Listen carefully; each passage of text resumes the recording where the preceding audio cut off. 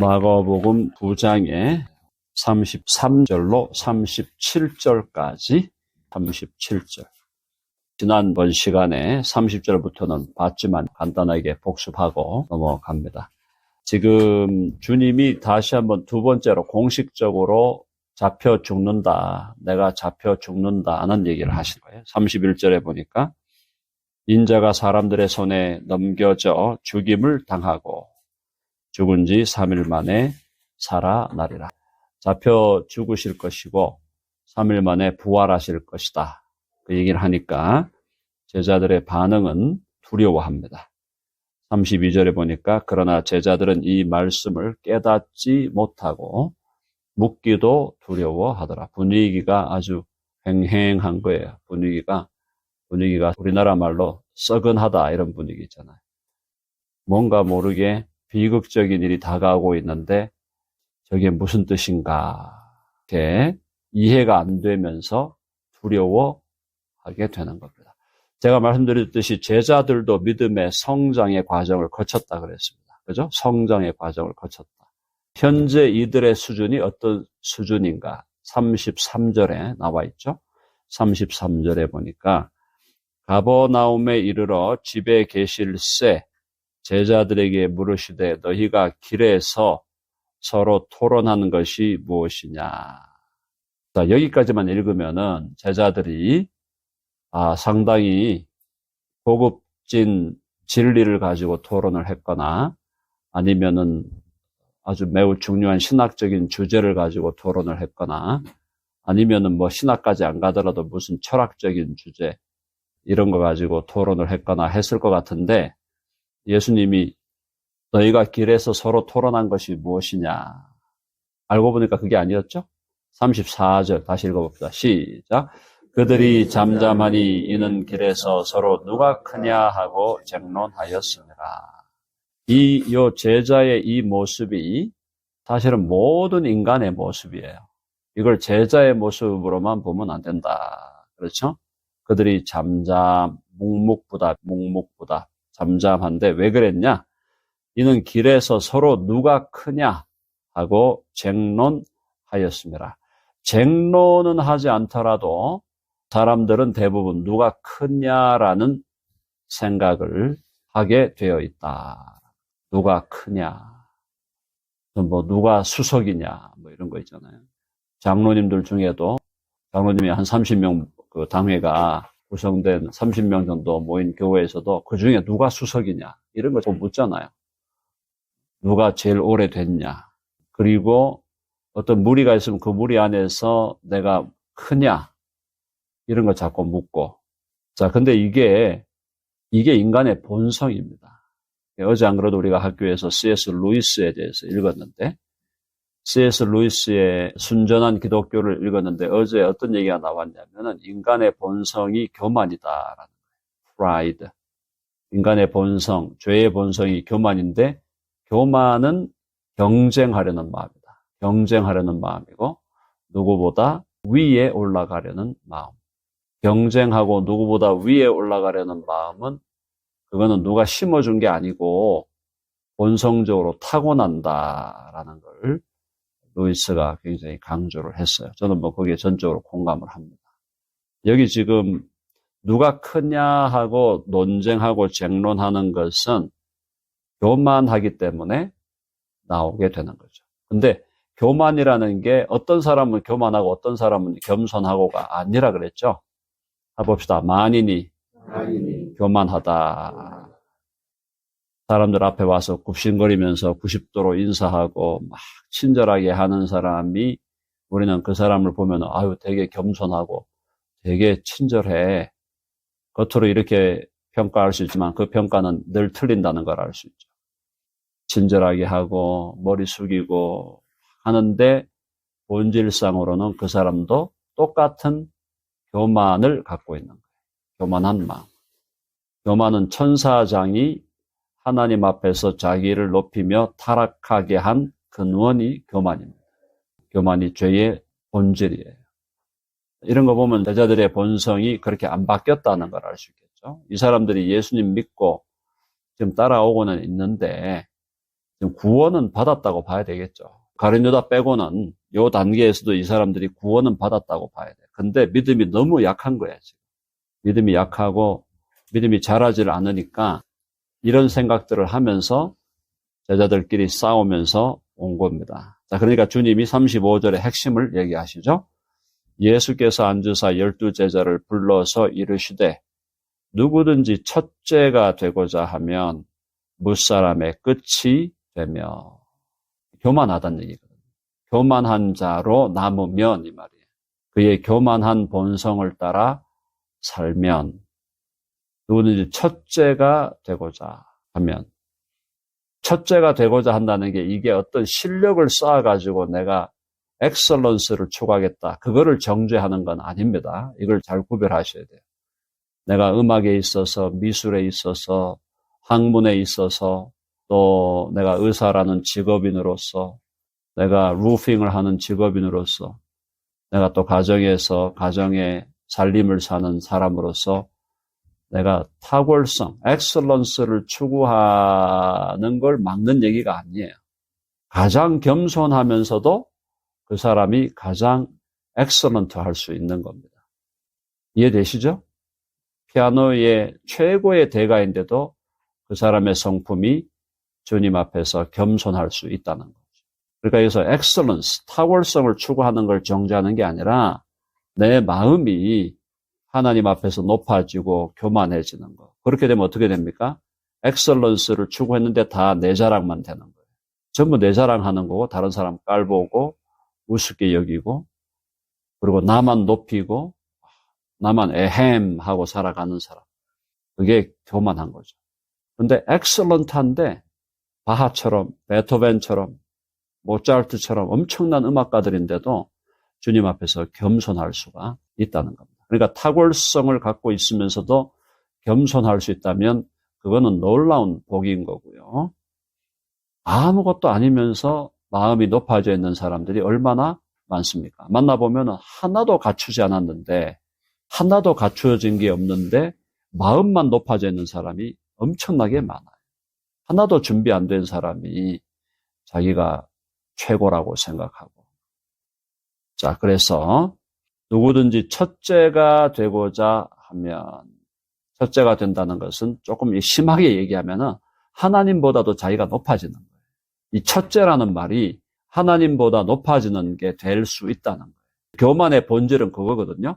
교만의 본질은 내 위에 아무도 없다 이거예요. 하나님도 없고 부모도 없고 목사님도 없고 선생님도 없고 친구도 없고 당연히 내 위에 아무도 없다.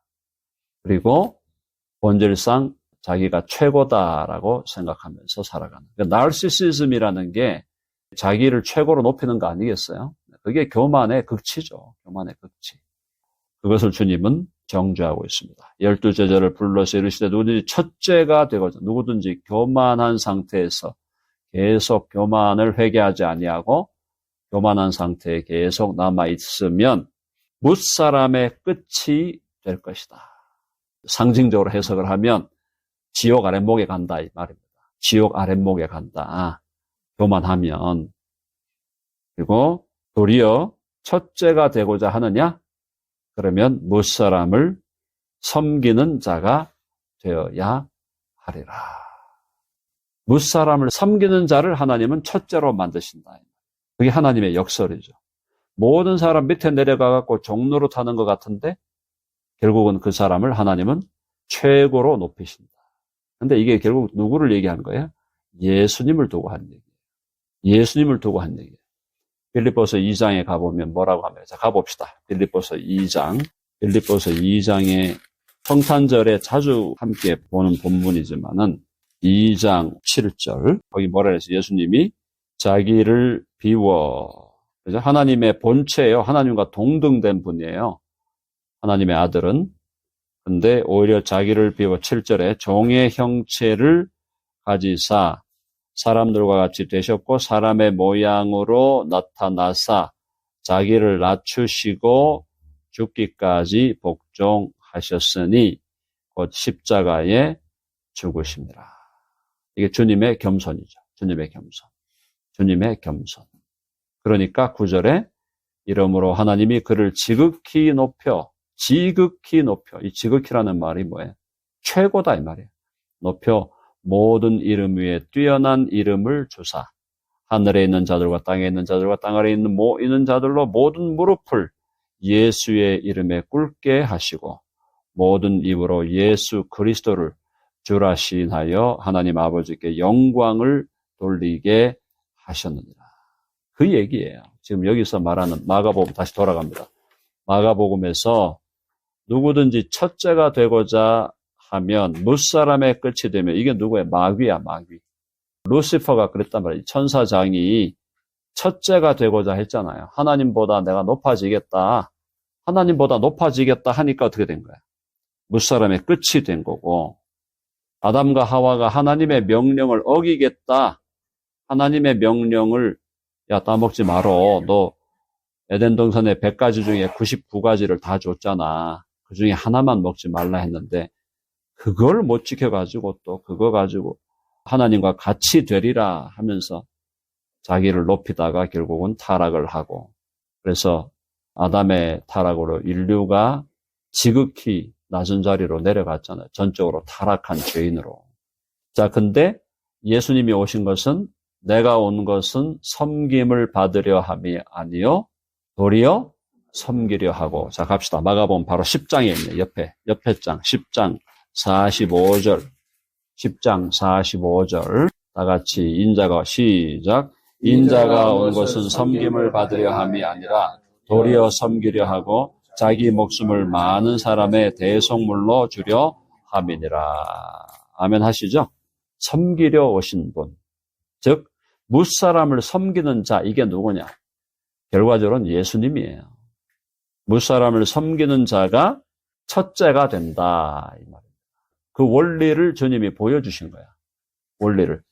예수 그리스도가 하나님의 아들이신데 하나님과 동등된 분인데 그분이 하나님과 동등된 것을 내려놓고 밑으로 내려와서 종의 종이 되어 죄인들 중에 지극한 죄인이 되었잖아요. 신성모독의 국가 반역, 황제에 대한 반역죄와 하나님에 대한 모독죄로 정죄를 받아 십자가의 처형을 받잖아요.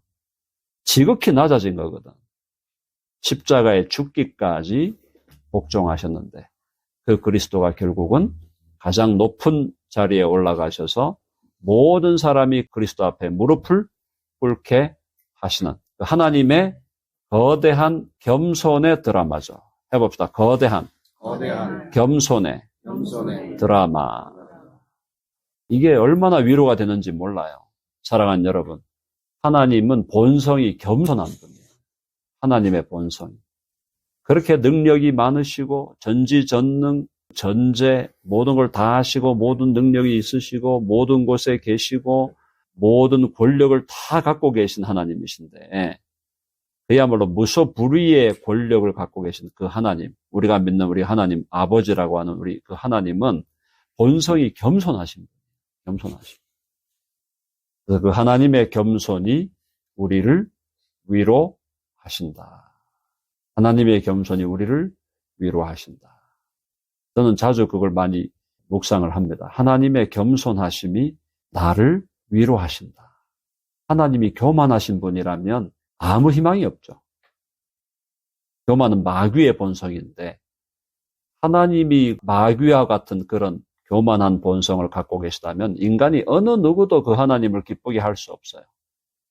어느 누구도 그 하나님 앞에 가까이 갈 수가 없다니까요. 이건 뭐야? 갖다 버려. 택도 아닌 것들이 쯧쯧쯧. 아무것도 아닌 것들이 뭐야 이거 다 쓸어버려 그냥. 작사를 내야 돼. 하나님이 그러고 있다면 지금 이 세상에 죄악이 이렇게 만연해도 공의로운 심판이 아직도 임하지 않는 것은 하나님이 겸손하기 때문이에요. 그걸 아셔야 돼요. 하나님이 교만한 분이면 지금 우리부터 시작해갖고 한 놈 여기 살아남을 놈 없어요. 여기 앉아갖고 숨 쉬고 있을 놈이 없다니까. 여기 앉아서 숨 쉬고 밥 먹고 있을 놈이 없다고. 하나님이 교만한 분이면. 근데 하나님이 너무너무 겸손하시니까 인간들이 이렇게 죄를 범하고 1년에 5천만 명 낙태하고 앉았고 그렇게 해도 역사가 굴러가는 거예요. 역사가. 인간적으로 보면 왜 이렇게 정의가 집행이 안 되나? 하나님의 공의와 정의가 왜 이렇게 집행이 안 되나? 답답하죠, 진짜로. 근데 그게 왜 그런가? 하나님이 겸손하시니까 끝까지 참고 견디시다가 마지막에 한 방에 결정난다. 한 방에 예수님 재림해서 다 잡아넣는다. 사랑하는 여러분, 우리가 예수 그리스도를 진정으로 믿게 되면은 우리 안에 있는 교만과의 싸움, 우리 안에 있는 이 교만과의 싸움이 우리의 죄와의 싸움의 본질이에요. 탐욕도 크죠. 탐욕도 크고 뭔가 좀 소유하고 싶고 뭔가 쾌락을 누리고 싶고 이런 탐욕도 굉장히 크지만은 이 탐욕보다 더 본질적인 죄가 교만의 죄다. 교만의 죄. 근데 그 교만의 본성과 가장 대치되는 분이 하나님이야. 그리고 우리 주 예수 그리스도. 겸손하지 않으면 인내하지 못합니다. 못 참아요. 겸손하기 때문에 참는 거예요. 그래서 어떤 사람이 정말 얼마나 인내하느냐가 그 사람의 신앙의 성숙도를 보여줘요. 팍 하고 막 성질을 팍 내고 막. 그게 멋진 것 같죠? 그걸 잘 참고 자기를 잘 컨트롤을 하고 인내할 때 제대로 인내하는 사람이 겸손한 사람이에요. 참으면 더 밟으려고 그러죠? 세상 사람들은. 참고 있으니까 아이고 이거 뭐 그냥 밟아줘도 되겠네. 계속 밟으려고 그래. 그렇다고 어떡하겠어요? 참아야지. 그래서 참을 때는 참을 인자 쓸 때 누구를 바라봐야 돼? 하나님을 바라봐야 돼. 아이고 하나님도 참고 계신데 나도 참아야지. 주님이 참으시는데 나도 참아야지. 한번 해봅시다. 주님이 참으시니 나도 참아야지. 아멘 하시죠? 이 세상 우리 성절대로 살려면 못 삽니다. 어떻게 하겠어요? 그래도 참아야죠. 주님이 참고 계시는데 우리도 참아야지. 자, 그래서 우리가 겸손한 사람으로 드러나고 그러면 섬기는 자의 자리로 내려가고 섬기는 자가 된다는 게 우리 한국 컬처에서는 좀 비굴한 느낌이 들잖아요. 그게 아닌데 섬긴다는 것은 당당한 거예요. 저는 그 식당 같은 데 가도 웨이터들이 좀 당당하면 너무너무 행복해요. 웨이터들이 섬기는 사람들인데도 당당한 사람들 있잖아. 아주 멋있게 섬기는 사람들. 얼마나 멋있어요. 그런 사람 멋있는데 웨이터, 웨이트리스인데 뭐가 모르게 좀 이렇게 하면은 아니 그 섬기는 자리인데 더 좀 당당하게 하시면 좋겠다. 그런 생각이 많이 들어요. 사랑하는 여러분, 섬긴다는 게 비굴해지는 거 아닙니다. 섬기는 자리가 당당한 자리로 당당하고 자유롭고 담대하게 섬기는 거예요. 그런데 그 사람은 이미 하나님 앞에서 가장 높아져 있는 것입니다. 그 역설을 아셔야 됩니다. 당당하게 섬기는 자리에 있을 때 하나님 편에서는 이미 그 사람이 더 높은 자리에 있는 거예요. 이 역설을 우리가 깨달아야 된다. 그래서 그게 바로 어린아이다. 36절. 어린아이 하나를 데려다가 그들 가운데 세우시고 안으시며 제자들에게 이르시되 어린아이를 하나 딱 안고 아마 요 나이 그래봤자 3살, 4살, 5살, 6살 유치원생쯤 된다고 봐야 되겠죠. 이르시되 누구든지 내 이름으로 예수 그리스도의 이름으로 이런 어린아이 하나를 영접하면 곧 나를 영접하며 어린아이 하나를 주님의 이름으로 어린아이 하나를 영접하면 곧 나를 영접하며 누구든지 나를 영접하면 나를 영접함이 아니요 나를 보내신 이를 영접함이니라. 놀라운 얘기를 하셨죠? 그죠? 어린아이 하나를 내 이름으로가 중요해. 여기서 그냥 뭐 손자 손녀니까 뭐 그냥 친척이니까 이게 아니고 이게 내 이름으로 한다는 것은 예수 그리스도를 생각하고 예수 그리스도를 존귀하게 하려는 마음으로 이 말이에요. 내 이름으로 한다는 것은 주님을 의식하고 주님을 존귀하게 하려는 마음으로 어린아이 하나를 영접하면 곧 나를 영접하며 예수 그리스도 안에서 그 다음에 누구든지 나를 영접하는 자는 하나님을 영접하는 것이다. 그렇잖아요. 그래서 영접하는 자 곧 그 이름을 믿는 자들에게는 하나님의 자녀가 되는 권세를 주셨으니 예수 그리스도를 영접하고 그분의 이름을 믿는 자들은 만왕의 왕이요 만주의 주이시고 전 우주의 왕이신 영원한 왕이신 하나님의 아들들과 딸들이 된다. 그래서 제가 그랬죠. 그거 하나로 다 퉁칠 수 있다 그랬죠. 다 퉁칠 수 있는 거예요. 내가 하나님의 아들과 딸이 되었다는 거 그거 하나로 이 세상에서 내가 당하는 모든 고난과 아픔과 슬픔 모든 걸 다 퉁쳐버릴 수 있는 거예요. 퉁쳐버리고 내가 평생을 장애인으로 살았다. 내가 평생을 고생하며 고통 속에 살았다. 내가 평생을 남편한테도 제대로 이해받지 못하고 살았다. 내가 평생을 자녀들한테도 한번 제대로 이해받지 못하고 살았다. 그렇게 살았다 할지라도 예수 그리스도를 믿어 하나님의 자녀가 된 걸로 다 퉁쳐버릴 수 있는 거예요. 그만큼 복된 거예요. 하나님의 아들들과 딸들이 된다는 것은. 그거 하나로 내 인생은 그냥 행복으로 충만해야 돼요. 행복으로. 여러분 아멘 하시죠? 자, 한번 해봅시다. 모든 인생을 퉁쳐버리자. 아들이 불의의 사고가 나가지고 평생을 휠체어를 탄다 해도 하나님의 자녀, 하나님의 아들과 딸이 됐다 하는 그걸로 다 퉁쳐버릴 수 있는 그런 하나님의 위로와 하나님의 능력이 특별히 이번 크리스마스 때는 그게 우리 가운데 폭포수처럼 임하는 놀라운 기간이잖아요. 주님 내 안에 오시고 내 마음에 모시고 내 마음의 왕좌에 앉으시고 내 마음 깊이 주님 오셔서 내 중심을 차지하시고 나를 다스리시고 또 지배하시고 통치하시고 내 주인 되어주시고 나의 진정한 신랑이 되어주시고 나의 진정한 소망이 되어 주시옵소서. 그렇게 예수님과 가까이 갈 수 있는 이 날, 특별히 성탄의 계절, 그런 계절이 우리 모두에게 임하게 되기를 간절히 바랍니다. 아멘.